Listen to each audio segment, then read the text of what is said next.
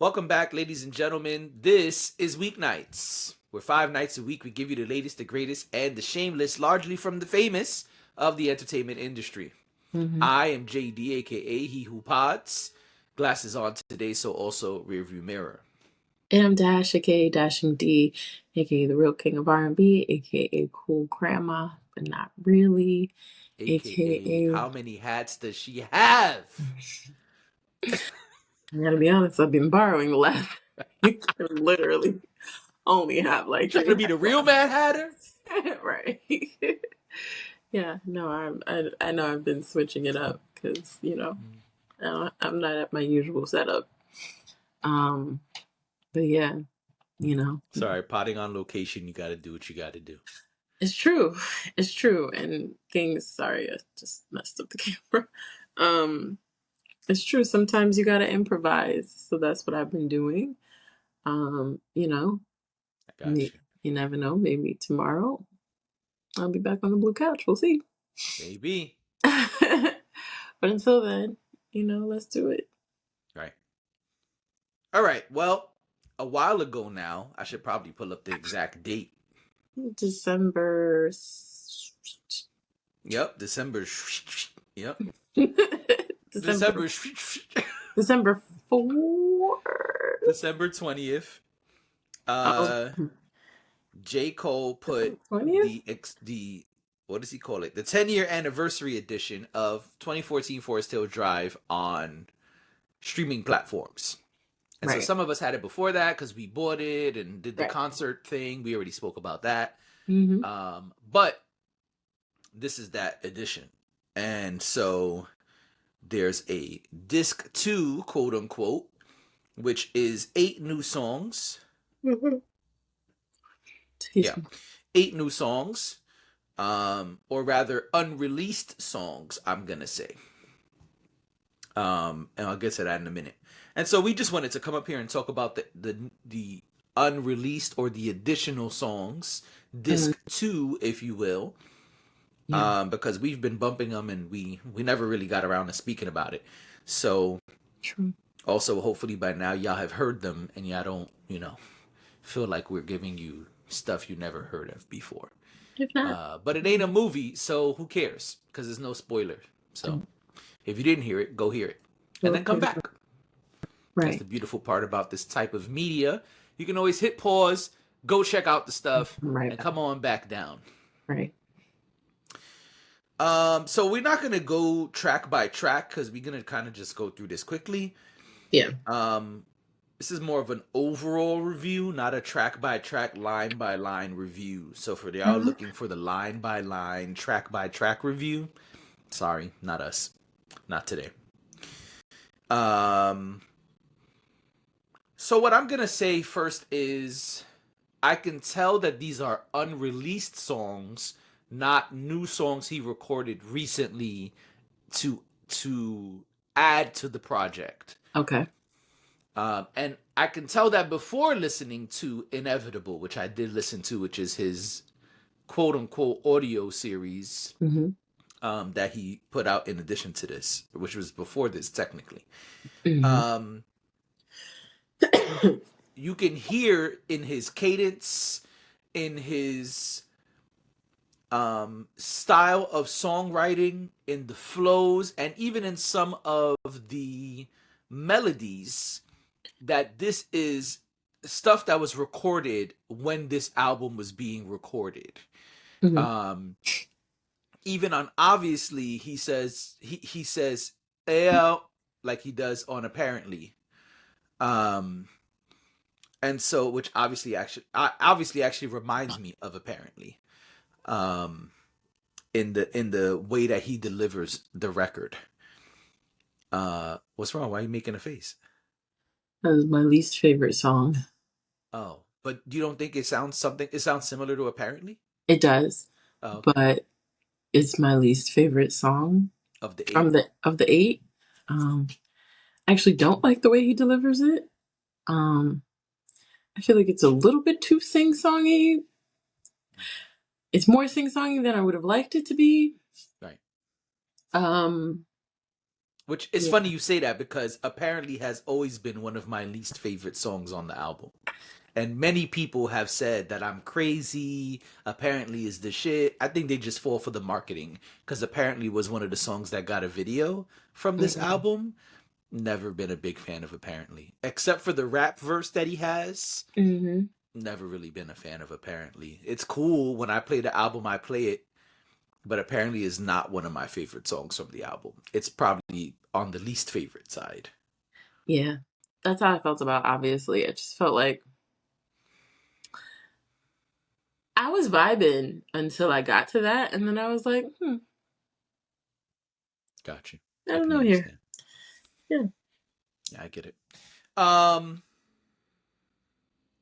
so yeah, that's my overall note that you can tell these are songs that were leftovers. And there's probably more. Maybe these are the best eight. Maybe these eight are the best of the leftovers. Mm-hmm. Or maybe they're the only leftovers. I don't really know that answer. But Yeah. well, if you listen to Inevitable, you kind of know that answer. But anyway, um I can tell that this is also so if you don't know, these eight songs are a lot of storytelling songs. So I can see why they were not put there. Because he already had quite a few storytelling songs on the project. Mm-hmm. Now Black Man in Hollywood, I feel like could have gone on the project because um it's kind of similar to Sandro Pay in the sense that it's telling you this story of a dude who came from nowhere and now Yeah. he's in Hollywood and he's stuck out there, kind of quote unquote stuck out there Mm-hmm. in this new world. And so I could see that one going on the project. It was really nice to hear Bone Thugs, even if it's not the whole crew, to hear Bone Thugs up there and Cole kind of doing what they do. Yeah. That was cool. I like that too. Um, yeah, and Home Soon reminds me of what's this song from Friday Night Lights? Home for the Holidays. Okay. Um, it's kind of similar in a sense. It's kind of the like I'll be back record, right? And so um it maybe not in sound, like not audibly, but the concept of the record is kind of similar. Mm-hmm. Whereas it's just saying like I'm coming home soon. And Home for the Holidays, it was kind of the same thing. It was like I'm out here doing my thing, but I'll be back holiday season, you know. Mm-hmm. I'll be back around town. Um yeah, and so you can see kind of these stories. It's mostly stories. You can see these story raps where Cole is getting in his, bag, saying different things. You can see some things that were similar in theme to other projects, like the song where he talks about. It's actually my favorite record, I think, that he says it, which is "Keep Heaven Dancing." Yeah, "Keep Heaven Dancing." "Keep Heaven Dancing" is my favorite song up here. And in that one, there's a verse about a guy who was locked up for 4 years and came Mm-hmm. out, and it made me think of the themes are from that verse are nearly identical to the album For Your Eyes Only. And so Mm-hmm. I was like, Okay. okay, I see where some of these um, ideas may have come from, where some of the inception for that album may have started at. The roots, if you will, started sprouting from. Yeah, so overall I like it. I think the best song up here is Keep Heaven Dancing by a long shot. I don't think there's anything that's close in Great song. concept. Mm-hmm. Not just because it has a good vibe, that it's more up tempo than some of the others, but also just because of the songwriting, the flows, um, all of it. And that's my favorite. That's the one I bump all the time. It's heavy repeat mode for me. Um, yeah. What about you? What are your thoughts? Well, I told you which song I like the least Yep, already. obviously. Yeah, it didn't resonate with me. It's not that he was saying anything that I didn't like or anything like that. I didn't enjoy the way, I didn't enjoy the cadence. I didn't enjoy the sing songy. I just, it's not that I don't want him to do that. I just felt like it was a lot, personally. That's fine. Um, and listen, maybe maybe a few months from now, I'll go back to this and I'll listen to it, and I'll be listening to it with different ears. I think sometimes also the way we receive music is like um connected to how we like where we are In in life, in life and absolutely. what we're doing and what we have patience for. So perhaps maybe if I listen to it again at a different time, I might not feel that way. But right now, it's just like I don't. This is almost jarring for me to listen to. Right. But everything else I thought was great. I didn't have any. I didn't have anything bad to say about any of the other songs that were on the project. Um, I thought he. I thought he did a great job. I also agree with you that you can tell that the music is kind of in its own way connected to the music that came before it on the album. So I appreciate that there was still cohesion there. Okay. He could have gave us 8 completely random different songs if he wanted to.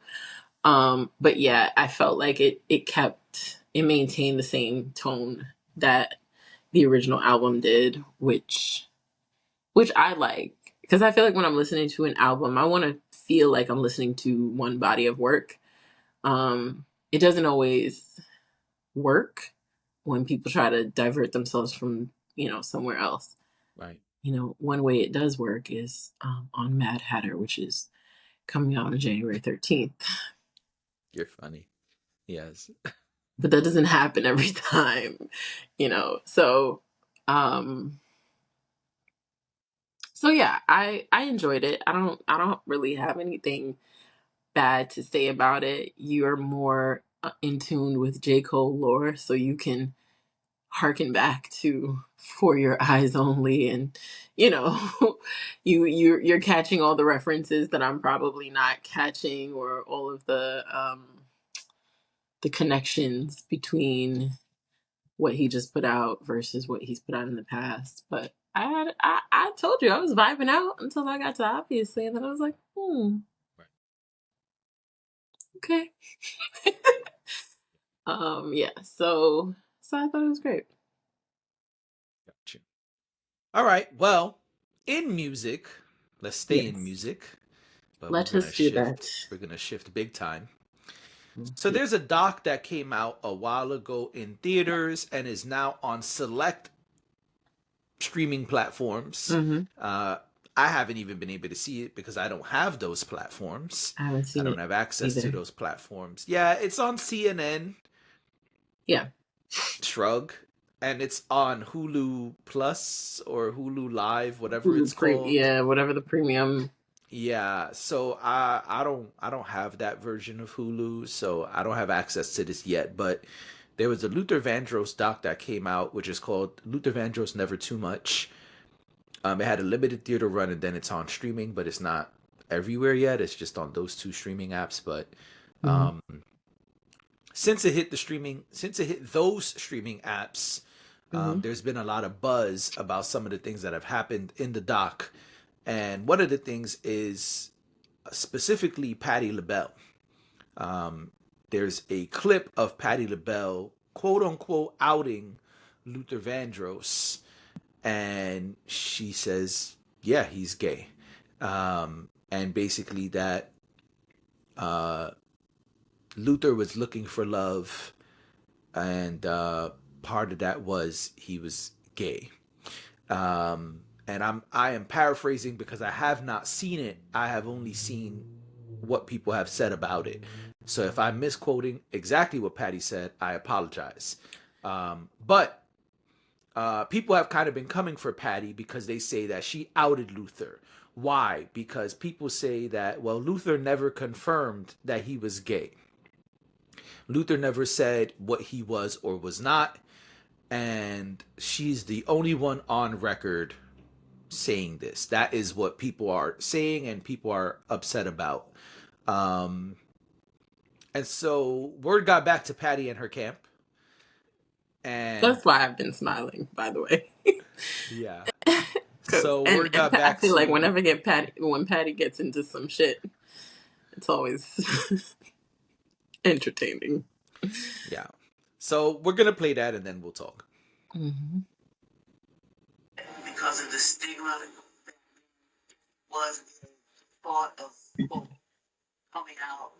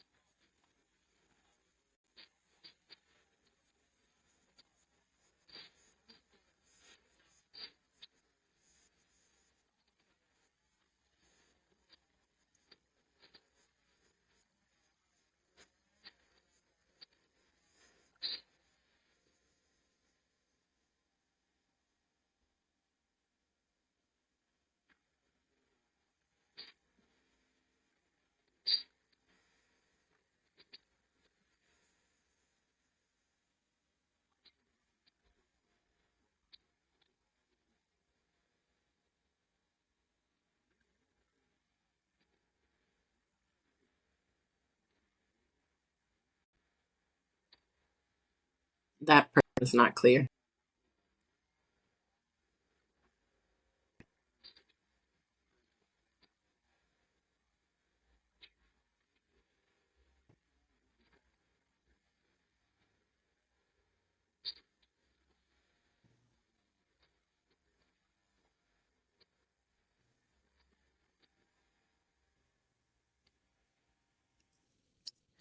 So okay, so let me be clear because I guess I misspoke before I played the clip.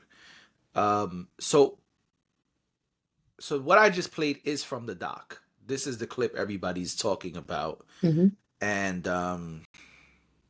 so what's happening now is, and I'm gonna read a little bit here. Well, I don't need to read it. I could just summarize. But basically, that clip is the clip that everyone is talking about. Yeah. And Patti LaBelle and her team feel that they were painted as the villain in the documentary. And so that's largely what people um, are discussing.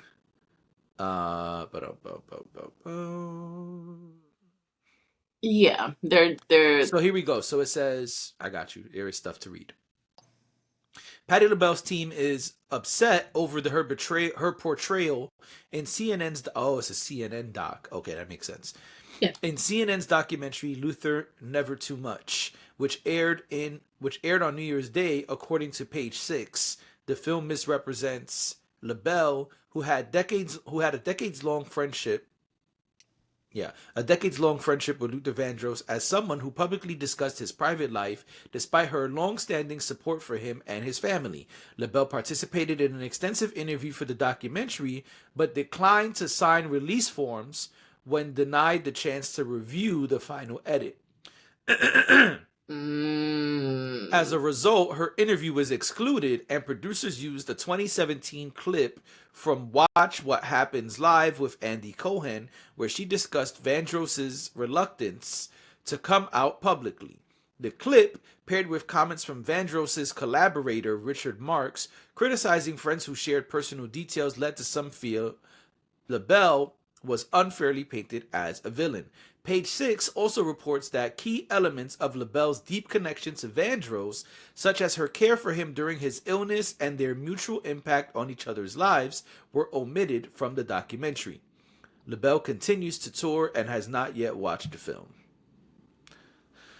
Okay, so I thought I misunderstood before I played the clip. I'm sorry. That's my fault for not doing the proper pre-pod. But yeah, so that's the whole thing there, folks.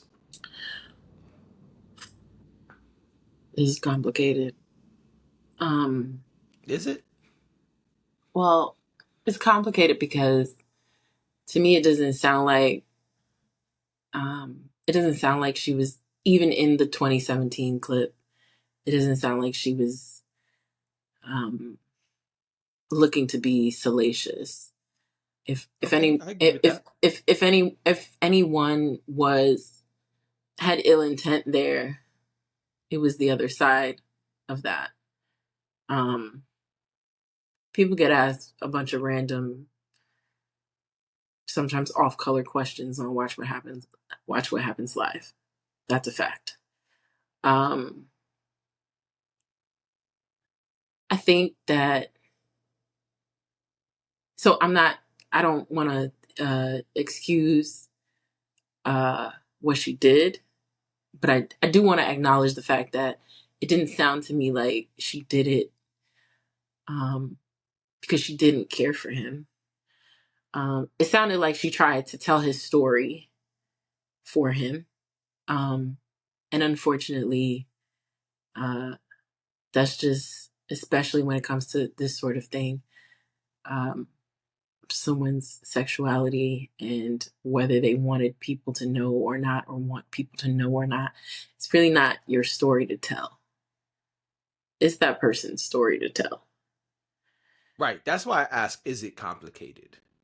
No, Because that part of it isn't complicated. I just feel like to villainize her for it, I don't think she's a villain. Like I wanted to make that clear, that I don't think she sounded like a bad person doing a bad thing to be bad. I think she made a misstep. I think she should have not told his business. So okay. she was wrong. Oh, But okay. Because that's why I asked, is this complicated? Because I feel like if no. I tell you a secret, whatever the secret is, and 12 years later, 12 years after my death, because he died in 2005, this interview was in 2017, the one they took the clip from. Yeah, she is answering a direct question. But Patti LaBelle was not new to the game in 2017. Patti LaBelle, by 2017, was an OG veteran. So Yeah, for her to be asked a direct question is cool, but by that time, Patti LaBelle has had enough press and training to know, and life experience to know, I'm not going to answer this in a way that my friend wouldn't have wanted. I know people's secrets. You know people's secrets. I think if somebody gave me a secret that they wanted me to take to the grave, I'm assuming that's what this was, right? So if Dashing D tells me something, hey, it is a secret I don't want anybody to know. Take it to the grave. Okay. Or whatever. This is not something I'm cool with the public knowing. Right? Okay, let's go with a better example. We do this pod. If you say, yo, Jay, there's something I say on the pod, I want you to edit it out, and I don't want anyone in the public to ever know this thing. That's where it ends. It doesn't matter if you pass away today, tomorrow, in 50 years, 100 years from now, and I outlive you. If you die at 100 and I live to 105, after you die, I'm not supposed to come out and be like, yeah, agreed. let me tell you what she said on the pod that she never wanted y'all to know. Why am I saying that? It don't matter if they ask me, hey, we heard there's a clip where Dashing D said X, Y, and Z. Is that true? I'm supposed to be like, it's none of your business. I agree. Or lie. You're not on the witness stand. Lie. Nah, she never said that. Cause that's my homie. Right. No, I agree. I believe in loyalty among friends. I don't tell people's business, and I don't expect people to tell mine. I tell Especially to the public. This ain't I even like, tell hey, I told my closest friend who kept it a secret too. right. Nigga, the public? Right. And I tell very few people my business. So I would be deeply offended. And if I die and people start telling things about me that no one else knew, that would deeply offend me from the grave because it's just not something that I ever do to anyone. So I don't expect people to do it to me. Um, Unless obviously it causes harm to someone in some way, then that's a different conversation. But general things that are personal to me. Like, I don't want people to know. I'll, it's either expected that people won't say anything, or I'll say it outright if I feel like I have to say it. So I understand that, right? Like, they made a point, the people who weren't Patti LaBelle in the clip, they made a point to say that, it was kind of one of those things where, he didn't want to talk about it. He didn't want to say one way or another what it was. And I respect that. I, I'm not, someone else's sexuality is not any of my business. Right. And so I didn't need that information. We didn't need that information from Patti LaBelle. Um, I also think, and again, I'm not trying to defend her, but I also think when you get to a certain age, you just start saying shit that maybe you shouldn't say. But then you should shut the fuck up. Or you start caring less about what people will think of you when you speak freely. Well, then you can't also turn around and say I was painted as a villain and I'm furious. I hear. Because what she should have done then is signed off on the interview that she did for the doc instead of saying, no, if I can't get final edits or if I can't see final edits, you can't use it. Because you can't have both is the problem. Either you're going to be an active participant or you're not. Well, she's also, if you get to a certain level in your stardom, no matter what it is you're doing, right? Do you require? I'm trying to think about this for myself too, but do you require, like, would you have the expectation that you could call the shots when it came to stuff like that? You No, contribute to an CNN is not interview. giving anybody final edits. Okay. Would they allow you to see the final edits? Maybe if you are someone they revere. But today, I don't think Patti LaBelle is revered by CNN the way that she would have been in the 80s. Probably not. Yeah, I don't know. I feel like I do think that sometimes you just have to not say what you want to say, and Just like, shut the fuck up. it's, Because the thing is, you're also looked at as one of his closest friends. If one of your closest friends is saying something about you, yeah, you said it publicly. They're going to use it. And that's the thing. CNN would be wrong if they posted something in this doc or put something in this doc that was said in privacy and was not signed off on. As a documentarian, yeah, that would be wrong. Like, hey, I told you this in confidence. Mhm. You recorded it on your watch and spilled it out to the public. Yeah, that's wrong. If me and you are having a private conversation, I audio record you and I send it out to the public, that's wrong. But they clipped up something that's public. But then I have to ask. They pulled that clip from Watch What Happens Live. You telling me that that was the only time Patti LaBelle ever talked about Luther Vandross publicly? No, but that is clearly a segment based on the clip that we heard. It's clearly a segment where they're speaking about Luther Vandross' sexuality and the mystery of it. And so when you're doing research, hey, look what I found. You're gonna include that. I guess so. I just feel like the clip is already so old, and I don't know. 2017.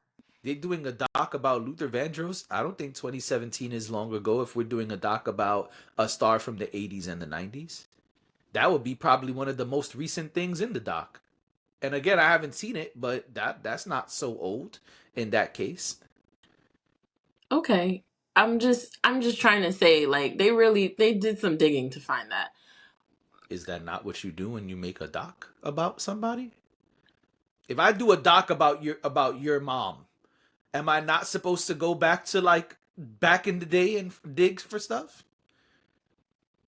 If I do a doc about my dad, I'm gonna go find shit from the 60s and 70s about him. I'm gonna be like, word? You mean to tell me he used to be a bag boy at this supermarket? And we found the owner of the supermarket's son who's still alive and remembers my dad bagging up groceries? We gotta interview that guy. There's a clip of my dad performing at a church in 92. I gotta find that. Here's the thing. Here's what I'm trying to say, because I feel like what I'm trying to say is being missed. Patty was his friend. So the reason why I asked, aren't there things that is that the only clip that anyone could find of Patti LaBelle talking about Luther? It sounds like she did a whole interview where she said things that were positive and not just this one particular thing. It sounds to me, and I haven't seen the documentary, so maybe I need to watch it before I speak on it. But it sounds to me like they went and found the worst clip they could find of her speaking about him, because they could not get final sign off on what she did with them. Instead of them going and finding where she said similar things, they chose the clip where she said something about his sexuality. To me, that just seems like, is that all you guys could find? Is that, again, I think she was wrong when she went on Watch What Happens Live and talked about his sexuality. There's no question there. Okay. But I guess what I'm questioning is why the people who created this documentary made that choice in lieu of what was said. Because if it's true that she was saying kind things and she was talking about how deeply connected they were and how great of a friendship they had, and that was the clip they went on the internet and found, it's a little messed up, in my opinion. That's all I'm saying. I'm just saying, like, there was nothing else in 20 years, in 30 years, that was it. A Watch What Happens Live clip. And the reason I say, well, that was so long ago, it's not like Patti LaBelle has been walking around trying to out Luther Vandross all over the place. Again, I think she was wrong for doing that. I don't think you should out anyone. That's their business to tell. But this to me sounds like it was almost like some get back. Like they tried to dig Patty. Unless I'm missing something. Because that's what it sounds like. It sounds like y'all didn't get sign off on what she truly did. And y'all went and found something that would make her look bad. That's what it sounds like. I see what you're saying. I see both sides. I see where, hey, we tried to get this interview. We did a full interview with you and you refused to sign off. I'm going to guess, I'm assuming, in that interview, they probably asked her about this very clip. And when you don't sign off, okay, well, what are we supposed to do? So I see that side. I also see her side where it's like, yo, fam, you didn't have to include that clip. But I also see another side where it's like, you should have never said the shit, period, motherfucker. No, I agree. She should have never said it. But yeah, so I see multiple perspectives here. To me, it sounds like what they pulled of her is not anywhere equivalent to what the footage they got of her. That's what it sounds like. They can't use the footage they got of her. I understand they can't use the footage, but that's why I'm saying, was that the only thing they could find of her talking about him? They were working on a piece about his sexuality, so they found clips of the sexuality. She's not the only person speaking in the clip that we played. Right, but it doesn't sound like she was interviewed specifically about his sexuality. And instead, you gotta assume that it was asked in the interview. I understand that, but that wasn't. You also gotta assume that wasn't the whole interview.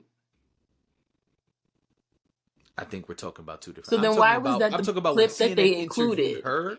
No, I'm not talking about that. That's what I'm saying. I'm assuming when CNN interviewed Patty, the interview she did not sign off on, you gotta assume that his sexuality was part of that interview. I agree with you. But what I'm saying is, you also have to assume that that wasn't the only thing they discussed with her. Right, but she didn't sign off on using any of that footage. So the entire interview they did with her, they can't use. So they picked the most controversial clip they could find of her. That's the point I'm trying to make. Like, yeah, I don't it's a false equivalent as far as I'm concerned. If you do a whole interview with someone and you were perfectly fine with interviewing them and getting all these accounts of their relationship and whatnot, and then you turn around and you go find a clip where they're outing them, and that's the clip you use. I think they were always using that clip. Okay. I don't think this was in spite of. I think it was always, hey, because clearly they were already doing a segment on his sexuality, which means they already had that clip and were already going to talk about it. That's the way I see it. I don't think this was in spite of. I think it was, we have this clip, we're using this clip. And so they probably even showed her that clip in the interview, which she did not sign off on. I Yeah. think she made two mistakes. I think CNN did what CNN did. They created a doc. I can't comment on the full doc because I haven't seen it. So, okay, cool. They asked his friends, which we see multiple friends in this clip, speaking about his sexuality. Okay, cool. But for me, for her to be the quote unquote villain of the doc, they would have to be harping on that multiple times. I haven't seen the doc, so I can't say is she the villain or not. But what I can say is, one, Patty should have never said shit about his sexuality publicly. Two, if Patty wanted to control the narrative, she should have had the interview released so at least she could then combat what was released from the interview, where she could do like other people have done and said, hey, I did a 1 hour interview with these people and they chose the 5 seconds that were horrible from what I said. Then I would say, oh yeah, CNN is foul for doing that. But for them to pull a clip from the internet of what you said publicly, we can't do anything about that. You said it publicly. We come up here and talk, 5 nights a week. If somebody pulls a clip from something I say about Drake, because that's who I hate on all the time up here. If somebody pulls a clip from something I said about Drake 10 years from now, I said it publicly. If you didn't want it out, you should have never said it publicly. Okay. I feel like I did myself a disservice by not watching this before we talked about it, but I tried to watch it. I can't. I don't have access to it. yeah, that's why I try to watch everything and listen to everything before we talk about it, because I just want to make sure that I'm giving a thoughtful opinion and not just Right, but we're giving talking our about opinion things on that the I clip don't that we just played. understand. Right, but it's also out of context in the sense that I don't know what else they included in the doc. I'm over here assuming. So maybe there are other clips of her talking about him. But they would have been included in this. This is the clip that everybody is discussing. Okay. Yeah. All right. Well, we're out of time. So that's it for today. Ladies and gentlemen, I can't even talk. Ladies and gentlemen, thank you for being here. This has been Weeknights. Let us know what y'all think in the comments. We'll see y'all tomorrow. Bye.